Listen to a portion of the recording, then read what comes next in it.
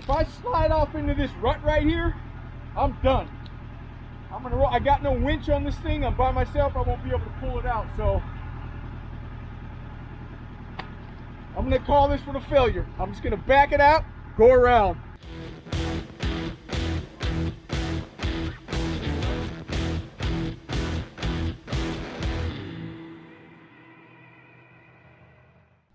So what do you guys think? Is the 2024 Kawasaki Mule Pro FXR the most trail-worthy mule? Well, it does have the shortest wheelbase of all VFX models. It's the lightest, and for 2024 it now comes with a 1000cc twin-cylinder fuel-injected motor. It has more ground clearance and more wheel travel. So, on paper, it should be the most trail-worthy. But there's only one way to find out. We have to drive it!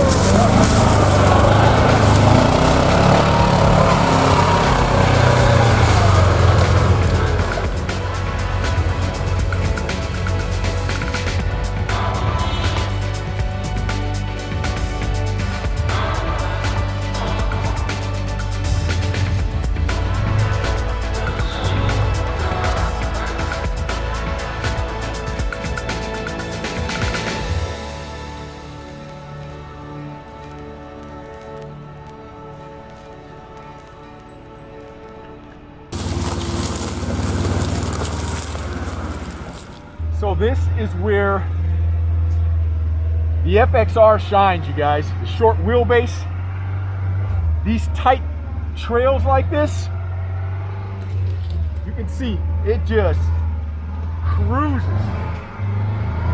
Fits right through here, no problem. Woo-hoo! Oh man, this thing is so fun.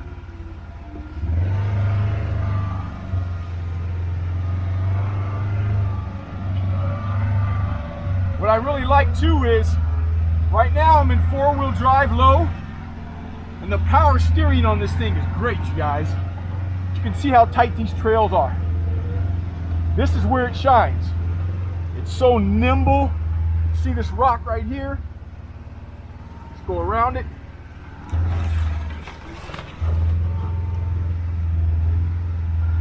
Still pretty tight back here. This is actually a mountain bike trail back here.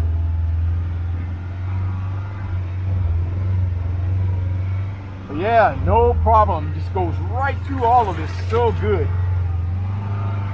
So now we're going to turn around right here. That's what's so nice too. It's got that really tight turning radius. And you can really appreciate that when you get to these spots, you know. Back her right up just like that. And off we go.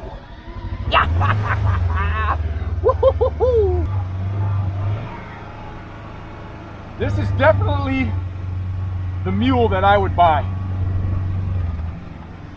The thing is just, you know, it's so light and it's so nimble.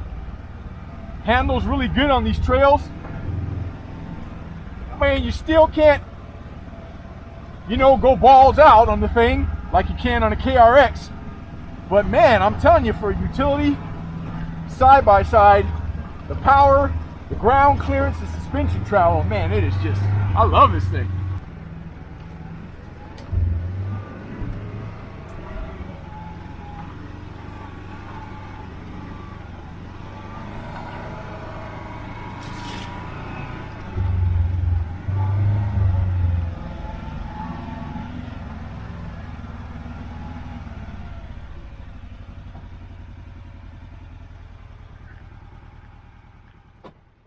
So once again, you guys, I know I always say this, but it's something that is so important when you're doing trail riding and you want to stop. Every Kawasaki side-by-side, Mule, Teryx, and KRX that I've tested come with a parking brake. So that's what I mean. You can see this hill I'm on right here. So I'm getting ready to cruise down here. It's pretty steep. But this hill that I'm on right here, there's no way. Well, let's put it this way. You could put a vehicle in park that doesn't have a parking brake on a hill like that, okay? Not that you can't do it, but when you go to put it back into gear, all that weight from the unit is on the transmission. Let me tell you, you are gonna have one hard time getting that thing back into gear. All right, we're gonna test the engine braking on this thing now. Just dropped it in the 4-wheel drive low. Let's see. All right, we're coasting right now. I just like to test these things to see how good the engine braking is. Oh yeah! Man, that's really good engine braking. No freewheeling at all. Haven't touched the brakes until right now, because I'm gonna turn right here. Yeah, this thing is awesome, boy. Nice, tight turning radius too.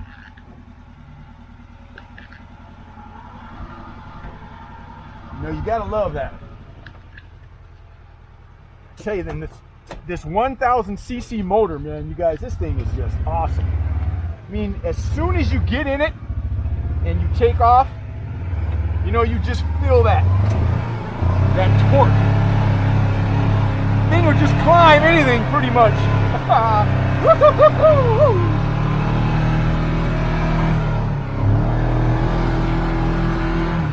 No problem. Man, I'm telling you, this thing is a blast. You know, just knowing that you can work with this and bring it out and play with it, that's what's really cool. I mean, let's face it, the prices on these things, you know, I mean, I never thought I'd see the time where side-by-sides would cost this much money, you know, but I guess that's just the way it is. But the one thing about a Kawasaki, especially when you buy one of these utility vehicles, especially now that they've done these improvements with the bigger motor, the ground clearance, the wheel travel, you can work with this thing and then you can play all day on it. I'm telling you, man, I just can't believe how good it is. It's a great unit.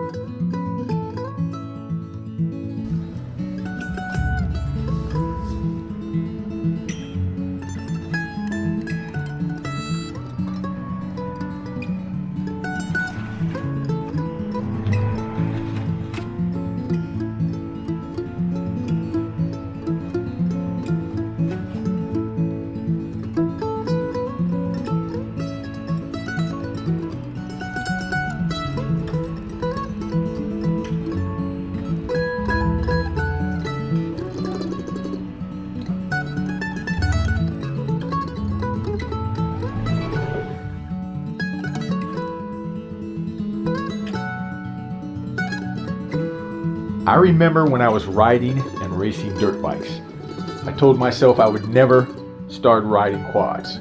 What did I do? I bought a Yamaha Banshee and I love that thing. It was great. Then I bought a Kawasaki 700 V-Force. Love that also. Yamaha came out with the Rhino. Never really paid attention to side-by-sides at all. Kawasaki came out with the Mule. Then what happens? Arctic Cat came out with the Wildcat 1000 and I started riding that. Well, over the years, as you get older, you have to change the things that you do. Kawasaki has also changed things. They've improved their side-by-sides so much. They're so good. Whoever thought that you could get a utility side-by-side and work with it and then be able to go out and have fun on it all day? But that's the improvements that they've made over the years. And now, on the 23rd of this month, they're coming out with the all-new Kawasaki Ridge. I can't wait to see that thing. It is going to be awesome. Stay tuned for that.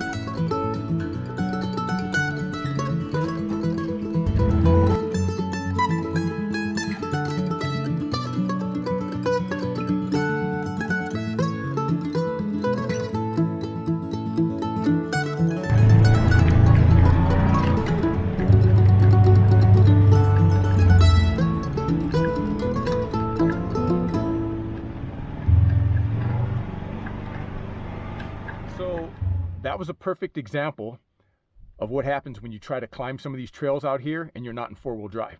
I had a guy make a comment on one of the videos. It was the Pro MX, the Mule Pro MX. And he was saying that, you know, I could climb any of these trails out here. I don't need to put it in four-wheel drive, going to low or whatever. Well, you just saw on that trail, when I started coming up that trail, I was only in two-wheel drive. And what happens is when you're in two-wheel drive and you get on some of those trails that have an off camber or a rut where you have to straddle it and they're real steep, when you go to gas it, the back end is going to slide around. If it's in four-wheel drive, it might slide, but it's going to be pulling from the front also. So this is a perfect example of why when I climb trails, even though I might be able to do it in two-wheel drive, that was a perfect example. And that's why I always, when I come up to a steep trail like that, I always like to put it in four-wheel drive. To me, it's like, you know, why take the chance? Well, once again, you guys, Kawasaki nailed it.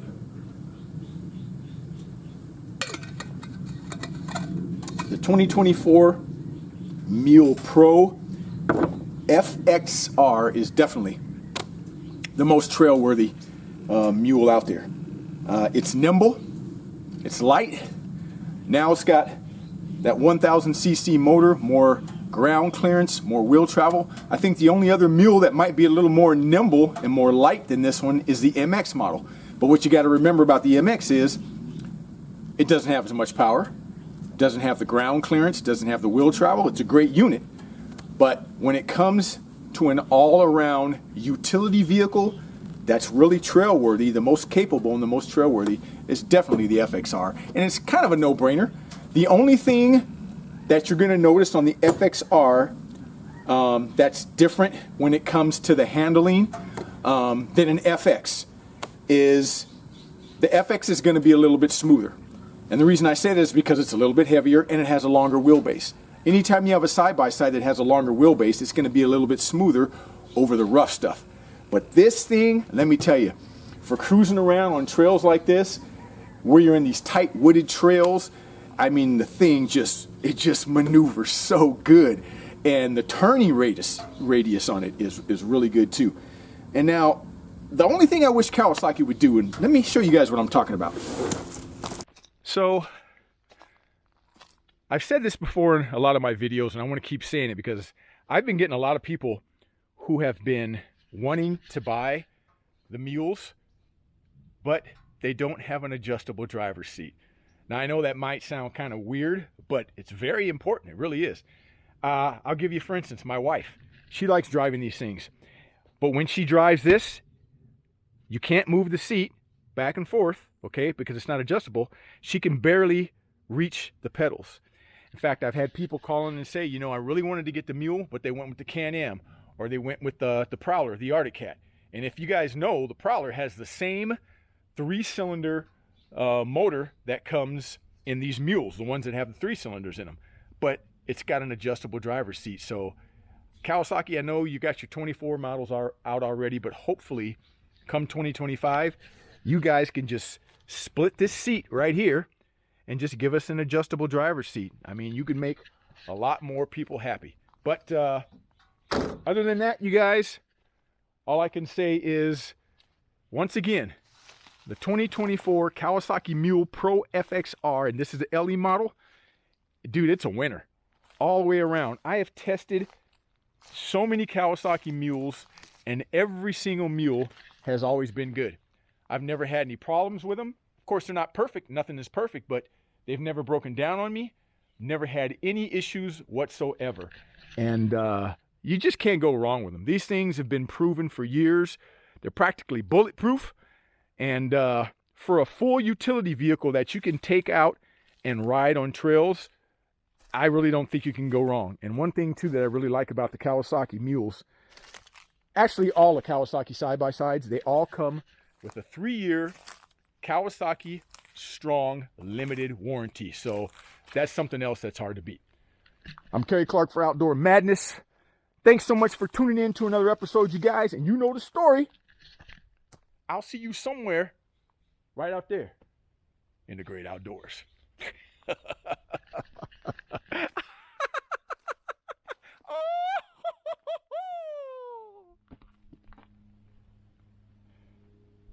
Man, I don't know about this.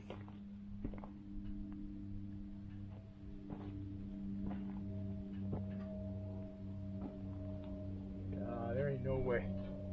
I don't know if you guys can see this, but as this thing goes up, there's a big old deep rut right there. So as you're climbing this, you'd have to straddle that thing. There's just no way. I mean, I like madness, but this is a little too mad when I'm by myself.